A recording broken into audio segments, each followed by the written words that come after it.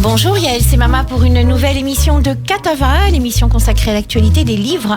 J'ai le plaisir, l'honneur de recevoir aujourd'hui Natacha Wolinski. Bonjour. Bonjour. Avec vous, Natacha Wolinski, nous allons parler de votre récit qui s'intitule « Son éclat seul me reste », évidemment consacré à votre père. On va y venir tout de suite. Natacha Wolinski, donc c'est ce récit publié aux éditions Arléa. Natacha Wolinski, si vous acceptiez de parler de vous en quelques mots avant qu'on se plonge dans ce récit magnifique, très intimiste. Natacha Wolinski, la parole vous est donnée. Eh bien, écoutez, je suis journaliste, comme vous. Oui. Je suis critique d'art. Je suis freelance, c'est-à-dire que je travaille pour plusieurs journaux. Je couvre essentiellement la photo et l'art contemporain. Et j'ai fait une émission de radio à une certaine époque sur France Culture, qui portait sur la photo, qui s'appelait Mat ou Brillant. Voilà. Et donc j'ai appris à ce moment-là comment mettre en son ce que l'on ne voit pas, l'invisible, les images, comment traduire à des images avec des mots, avec des... Parler de la photographie au micro, en fait, aux éditeurs, et leur faire voir... Et leur faire voir les images sans qu'ils les voient, c'est-à-dire leur donner des équivalences de son. Alors aujourd'hui, tout ça est un peu brouillé par l'image qui accompagne le son dans la radio, mais Natacha Wolinski, vous avez aussi déjà publié un certain nombre de livres. On pourrait, alors, dont un en 2011 dont on va peut-être parler tout à l'heure, consacré à votre mère pour le coup. Mais pas uniquement. Vous êtes déjà. J'écris avec ma plus jeune sœur. J'ai deux sœurs, Frédérica qui est l'aînée et ma jeune sœur Elsa. Nous avons fait ensemble un livre sur les demoiselles de Rochefort. Oui, qui était un livre très amusant à faire. On est parti en équipé 3 jours à Rochefort. On a découvert une ville qui vivait beaucoup encore sous la mémoire du tournage qui s'était passé là-bas. Et puis, oui, c'est vrai qu'en tant que critique d'art, on me sollicite souvent pour faire des préfaces de livres photos, notamment. Alors, il y a eu ce livre aussi en 2011. On peut en parler un petit peu parce qu'on a, comme aujourd'hui dans ce récit consacré donc à votre père, en creux déjà l'histoire de l'absence de votre mère. D'ailleurs, ce récit s'intitulait « En ton absence ». Oui, j'ai perdu ma mère... Très jeune. Très jeune. Oui, j'avais 4 ans. Et c'était un accident de voiture et c'est elle qui conduisait. Il y avait sa sœur à côté d'elle, il y avait mon père derrière qui dormait. Donc ma mère seule a été blessée, puis elle est morte de ses blessures. Et c'est vrai que du coup ça fait une ambiance très particulière dans l'enfance parce qu'il y a évidemment un grand vide et puis comme dans beaucoup de familles il y a beaucoup un grand de silence, oui, beaucoup de non-dits, beaucoup de silence. Mais on s'aperçoit que finalement on construit très bien. Avec le vide. Différemment. On construit différemment. Autre chose, une autre histoire, une autre vie. Une autre vie, mais on construit très bien à partir du vide, on produit des choses à partir du manque. Et je pense que notamment si je suis devenue écrivain, c'est parce que quand il y a un manque de mots dans l'enfance, eh bien les mots doivent apprendre à livrer tout ce qui ne s'est pas livré plus tard dans la vie. Oui, puis il y avait aussi un manque d'image de votre maman puisque vous l'avez très peu connue, il y avait peu de souvenirs d'elle. Des souvenirs, je pense qu'il y en avait, des souvenirs racontés. Oui. Il y en avait peu parce que je crois que les larmes perlaient dans les yeux de ma grand-mère dès qu'on évoquait sa fille. Mon père était dans un très grand mutisme. Et il s'est retrouvé avec 2 jeunes enfants, deux petites enfants, filles. Oui, il avait 30 ans ou 32 ans. Et oui, ça a été sans doute compliqué. Donc du coup, j'ai été beaucoup élevée, ma sœur aînée et moi, nous avons été élevés par notre grand-mère. On passait un peu la moitié de la semaine.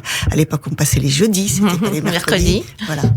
On allait chez ma grand-mère et puis le week-end aussi. Donc ça a été une figure très importante qui apparaît d'ailleurs dans le premier livre avec ma mère. Je m'adresse beaucoup aussi à ma grand-mère. grand-mère. Et ma grand-mère est morte, mon père est mort, mais finalement, je continue de m'adresser à eux, je crois. Je pense qu'on continue toujours à s'adresser à ceux qu'on a aimés. À ces morts, oui. Ma grand-mère cuisinait très bien. À chaque fois que je mange des escargots à l'ail, je me dis, ils sont moins bons que ceux de ma grand-mère. Alors, on va venir à ce récit, Natacha Wolinski, aux éditions Harlé. Son éclat seul me reste. J'avais inversé. On pourrait dire ailleurs, seul son éclat me reste. Alors, non. Enfin, on peut pas le changer parce que c'est pas moi qui est en fait. C'est pas un titre à vous. C'est pas un titre que j'ai trouvé toute seule. C'est un titre que j'ai prélevé dans les Métamorphoses d'Ovide. Et c'est une belle histoire en fait. C'est l'histoire d'une jeune nymphe qui est poursuivie par les assiduités d'Apollon et elle sait pas comment s'en sortir. Et au bout d'un moment, elle demande à son père, le dieu fleuve Pénée, de l'aider à résister aux assauts d'Apollon. Et finalement, son père la transforme en laurier. Et Ovide écrit, son éclat seul lui reste. Et j'ai aimé l'histoire parce qu'elle est transformée en laurier, et le laurier, c'est partie de ces plantes qui ne perdent jamais leurs feuilles. Voilà, qui restent éternelles. Et voilà. Et du coup, c'est comme ça que j'ai pensé à cette phrase, parce que je pense que j'ai écrit un livre qui est évidemment sur la mort de mon père, mais qui est peut-être aussi sur la métamorphose. C'est-à-dire comment on doit métamorphoser quelque chose qui est de l'ordre de l'inassimilable, voilà. Et il faut faire un chemin. Enfin, quand on apprend la mort de son père de cette façon-là, on est fracassé, on est éparpillé, et il va falloir quand même continuer, et il va falloir faire un chemin vers soi, du coup, parce que le monde a changé, les circonstances ont changé, et vous devez vous aussi, d'une certaine façon, ça vous change.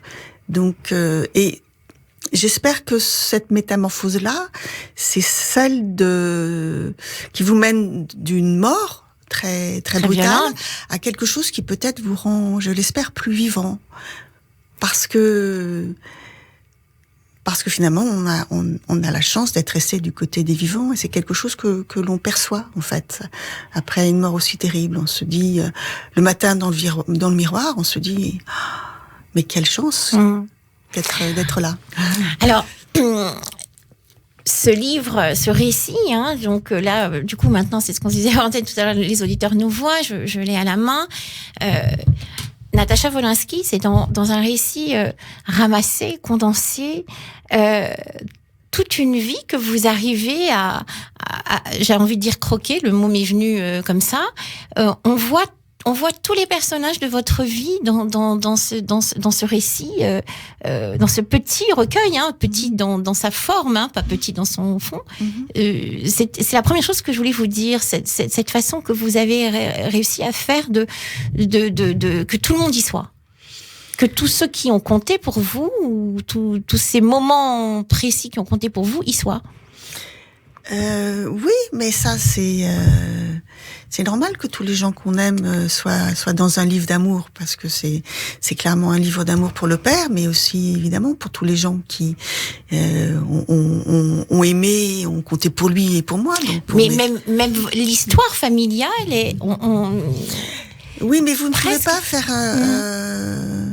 non, mais c'était vous absentez de l'histoire familiale, parce que tout est lié, en fait. Il y a vraiment une récurrence des tragédies dans la famille qui est proprement assourdissante. Avec on peut parler de la mort du père de votre père. Mon père a perdu son père lui-même. A perdu son père lui-même lorsqu'il avait 2 ans, et son père a été assassiné devant sa mère par un des ouvriers qui travaillait pour son beau-père, donc pour l'usine de ferronnerie. En fait, non, c'était son père, c'était le David Wolinski. Pardon, j'ai cru que c'était le père de sa femme. Je me suis trompée. Et donc son père était polonais.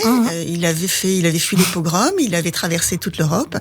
Il avait échoué à Tunis, ce qui n'est quand même pas commun. Ce qui n'est pas commun. Et il est tombé amoureuse d'une jeune italienne, juive italienne, d'une grande famille de Tunis, qui tenait la grande pâtisserie à Tunis.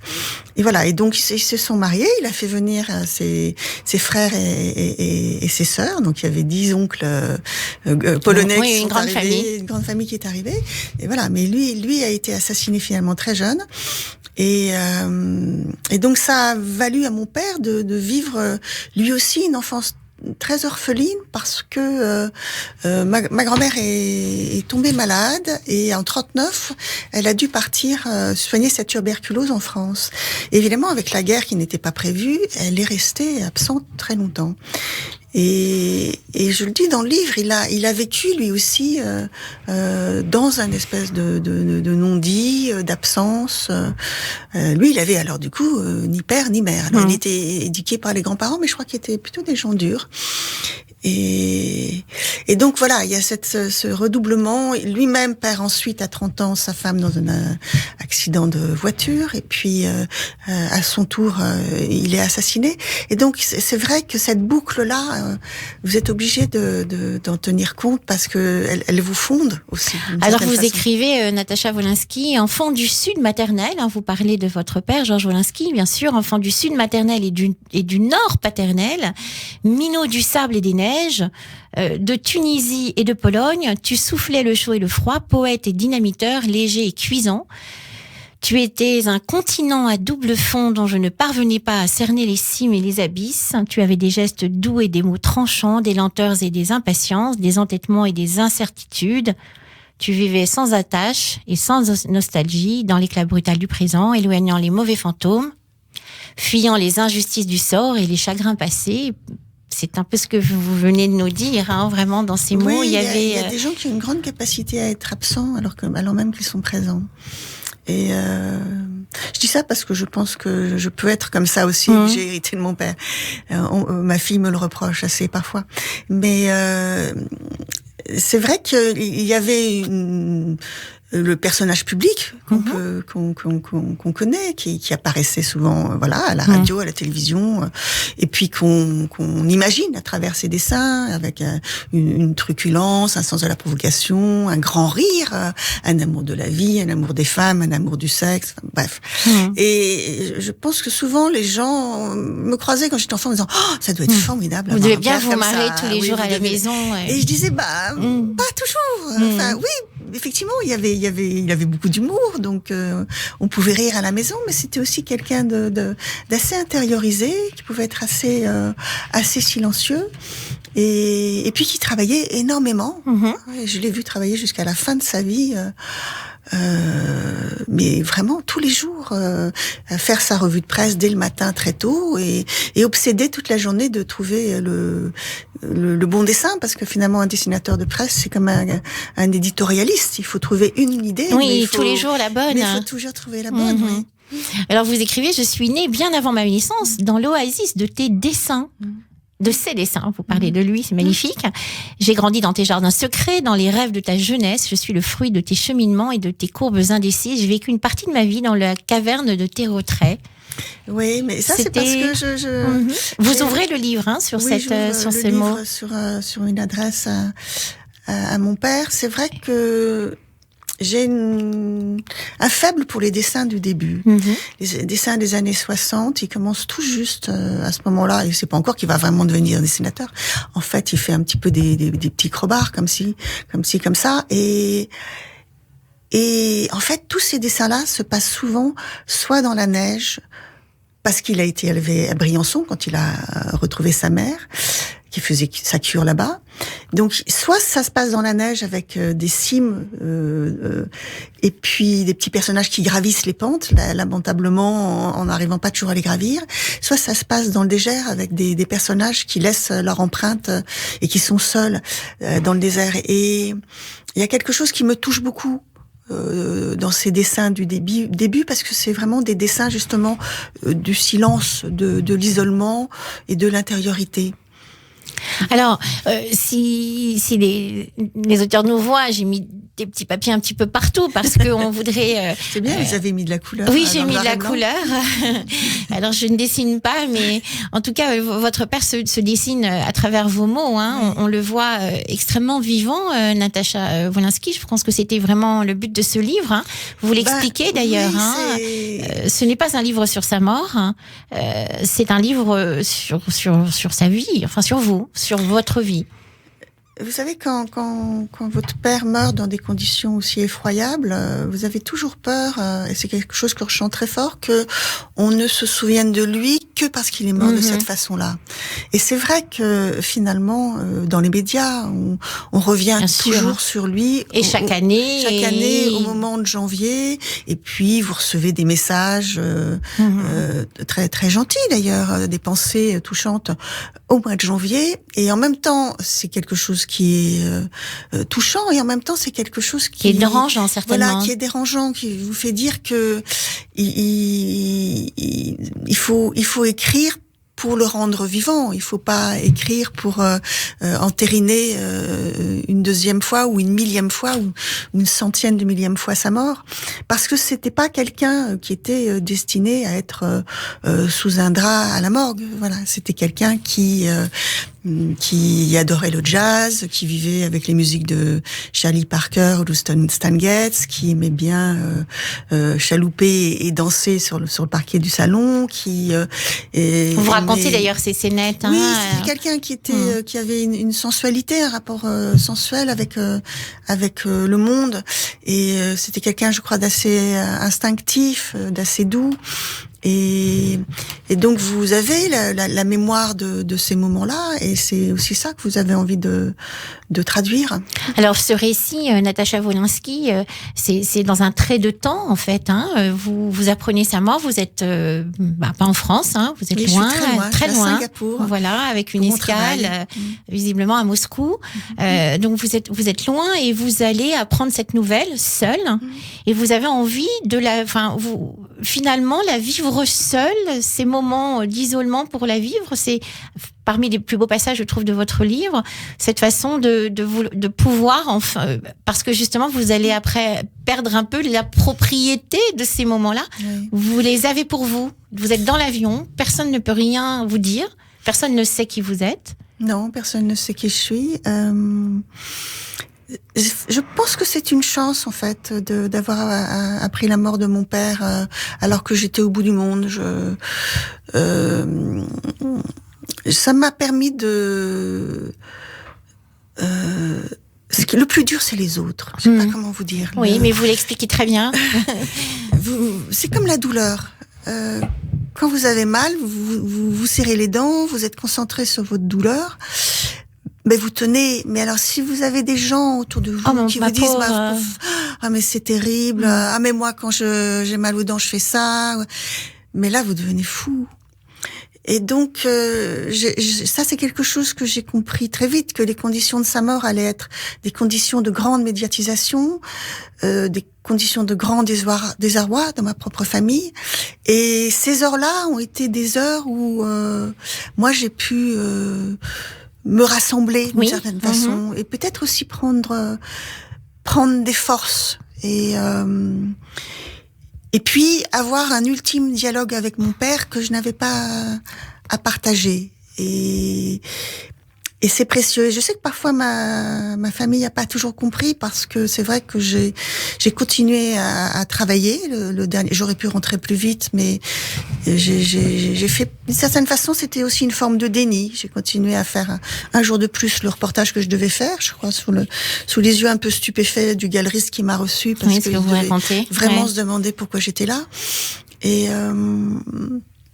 Et puis, j'ai demandé à ce que ma famille ne vienne pas me chercher à l'aéroport.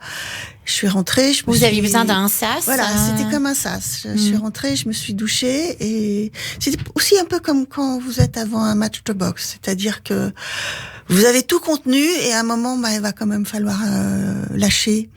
Et voilà. Et vous avez pris votre douche, vous êtes à Paris. Et là, vous devez faire face. Là, il va falloir faire face, ouais. Alors, le temps, vous avez parlé de cheminement tout à l'heure. Alors, des fois, on ne sait plus si c'était avant l'antenne, après l'antenne, parce qu'on parle. Donc, il s'est passé, 5 ans. Ce temps-là, Natacha, c'était un autre sas. C'était une autre manière de vous mettre... savez, je pense que je suis pas seule la seule sans doute. à mettre du temps au temps. Regardez Philippe Lançon, il a écrit son livre au bout de 4 ans. Rhys l'a publié au bout de 5 ans. Ouais. On peut pas assimiler bien sûr. Des événements pareils. Ils cheminent en vous. La mort chemine en vous, mais le goût de la vie après la mort chemine en vous aussi. Donc ça prend du temps.